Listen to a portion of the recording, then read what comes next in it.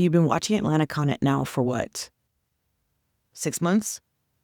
Content. Everyone, every video, every reel, every top 10 neighborhoods list keeps saying the same places. The same thing. Old Fourth Ward. And they are not live. That's the thing. But maybe they're leaving some things out. And your girl is here to tell you what those videos are not telling you. I'm Christa Coore-Powell, Atlanta Realtor with EXP Realty, and on this channel, Atlanta Real Estate Insider, we're giving you the real numbers, the real school pyramids, the real commute times, because you deserve to make this decision with your eyes wide open. So if you're actively researching Atlanta neighborhoods right now, I want you to go ahead and grab my free Atlanta homebuyer blueprint at the link below. This is the exact framework I walk my relocation clients through before they put in a single offer. And so we're going to talk about more of this at the end of the video, so stick around. Today, we're going to be doing a full, honest breakdown of Old Fourth Ward in 2026. It's not a hype piece. It's not a love letter. It is a reality check because Old Fourth Ward was the most exciting neighborhood in Atlanta 5 years ago. And the question I get all the time, is it still worth it now that it's fully gentrified? And so there are going to be 3 buckets because I do love a bucket, and we're going to go through all of it.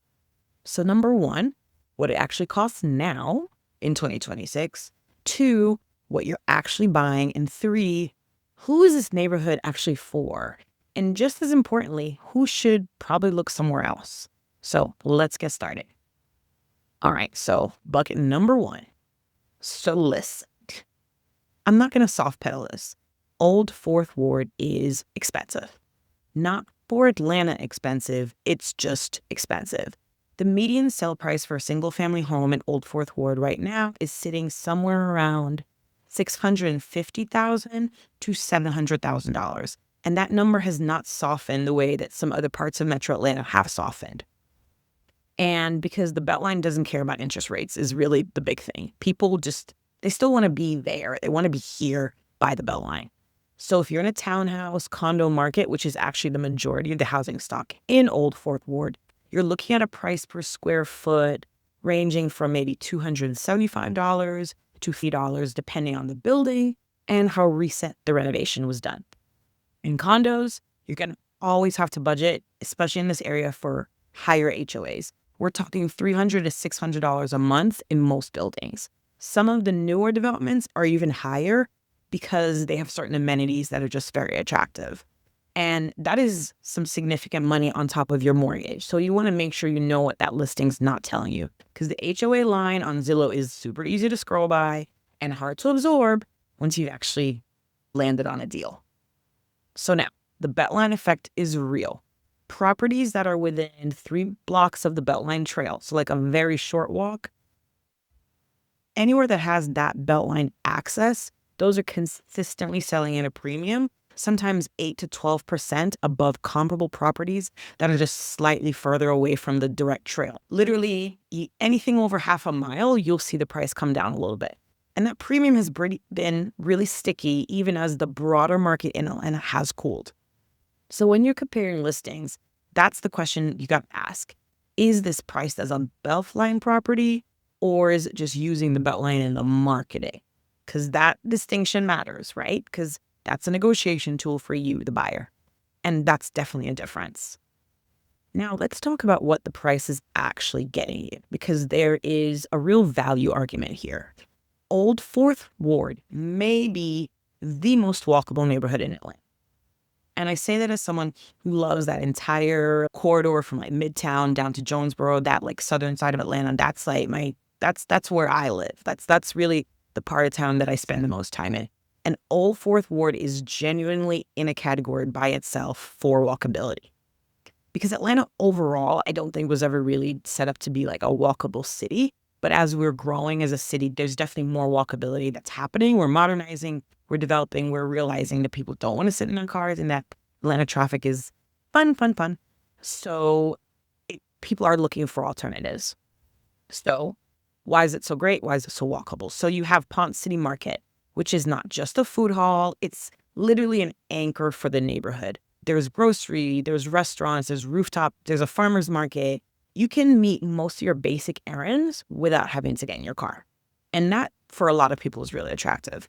You've also got the Beltline Trail, which Ponce City Market is right on, and that's running all through it. So that's going to connect you to Inman Park, Reynoldstown, Krog Street Market, and eventually all the way to the west side. And that Beltline, you'll see this image here, is almost done. We're getting there, and it's really fantastic just to see how it's connecting 45 Atlanta neighborhoods.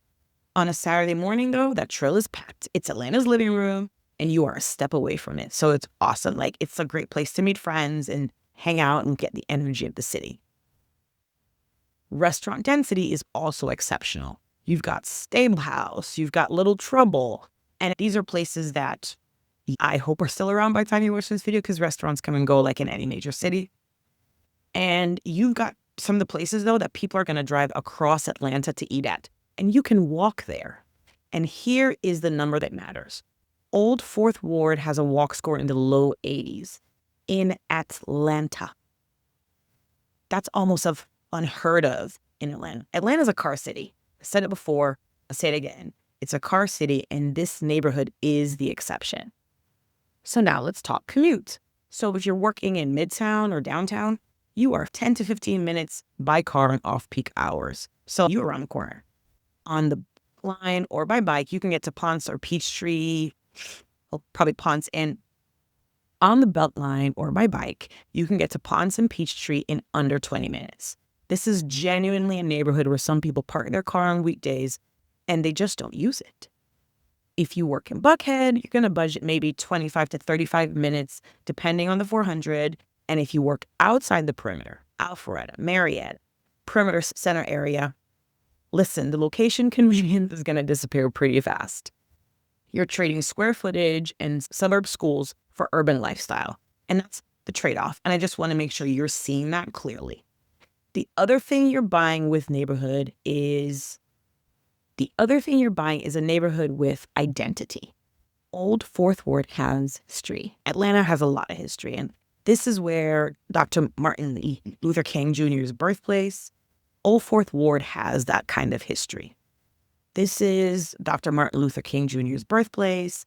It has culture. It has architecture. It has a specific energy that newer suburban developments just cannot manufacture.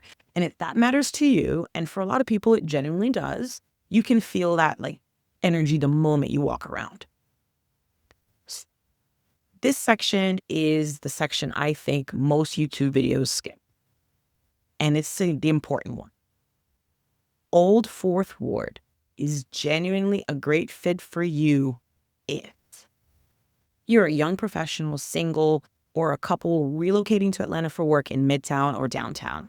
You value walkability, restaurant access, and the ability to live a full life without depending on a car for every single thing. You are prioritizing lifestyle over square footage, and you're probably not comparing this to Alpharetta or Smyrna. You're comparing it to Brooklyn or Capitol Hill or East Nashville. That's the energy that you're going to get in that space. For that buyer, this neighborhood punches exactly at its price. But let me tell you who should probably pump the brakes. Families with school-age children. I want to be direct about this. The school pyramid for Old Fourth Ward runs through Atlanta public schools. The public elementary school options in the immediate area have historically been inconsistent. And if school district strength is a deciding factor for your family, and there's absolutely nothing wrong with that, you need to either budget for private school or seriously look at Decatur, which has its own independent school system and is about 15 minutes away. So don't let a listing in Old Fourth Ward assume the school situation. Or just ask me about it or look it up specifically by address on Georgia's school report cards. Do not skip this step. Now, next up, buyers with a $350,000 budget. Friend, I need you to hear this. Old Fourth Ward is not your market right now. And that's okay. East Atlanta Village has similar energy, similar walkability vibes, and meaningful price separation. Grant Park will give you the craftsman homes with yard space for significantly less. And then Reynoldstown is still a viable entry option. I cover all of these neighborhoods on this channel. Just check the playlist. Now, buyers who want new construction with a yard, Old Fourth Ward housing stock is older bungalows that have been renovated. You'll also get townhomes and condos. Yards tend to be smaller and inconsistent. So you're going to get the full gamut of massive properties that take up the entire yard space and maybe smaller homes with more yard space, but the price points are still going to be pretty close because you're paying for that location, right?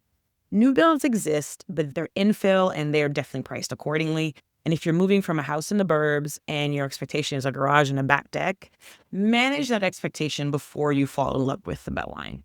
Like I always say, date the neighborhood. And so that's something that I put in my Atlanta buyer blueprint because it is the most important thing I could tell every relocation client. Before you put in an offer on anything in Old Fourth Ward, before you schedule a showing, honestly, you need to go spend time in that neighborhood at 2 different times. I usually say Tuesday morning, 9 or 10 a.m., walk the Beltline, get coffee, see who's there, see what the street looks like. That's sort of the neighborhood's daily self. And I have definitely done that walk sometimes on a Tuesday. And like the last time I did it, I got free coconut water. Winnie. Now, the next time to go on a date is Saturday night around 7 or 8 p.m. You're walking the same streets and you're going to see that the energy is completely different. The restaurants are full. The trail has a different crowd. The street parking situation tells you a lot about what it's like to actually live there and have people over. Old Fourth Ward at those 2 times is genuinely 2 different places. And you need to love both versions of it, not just the Instagram version. That framework, along with a neighborhood comparison matrix, midterm rental strategy for people who aren't ready to commit yet, and a neighborhood-specific due diligence checklist, it's all in the Atlanta Home Buyer Blueprint for free. Link is in the description. Grab it. Is Old Fourth Ward still worth it in 2026? For the right buyer, yes. Honestly, yes.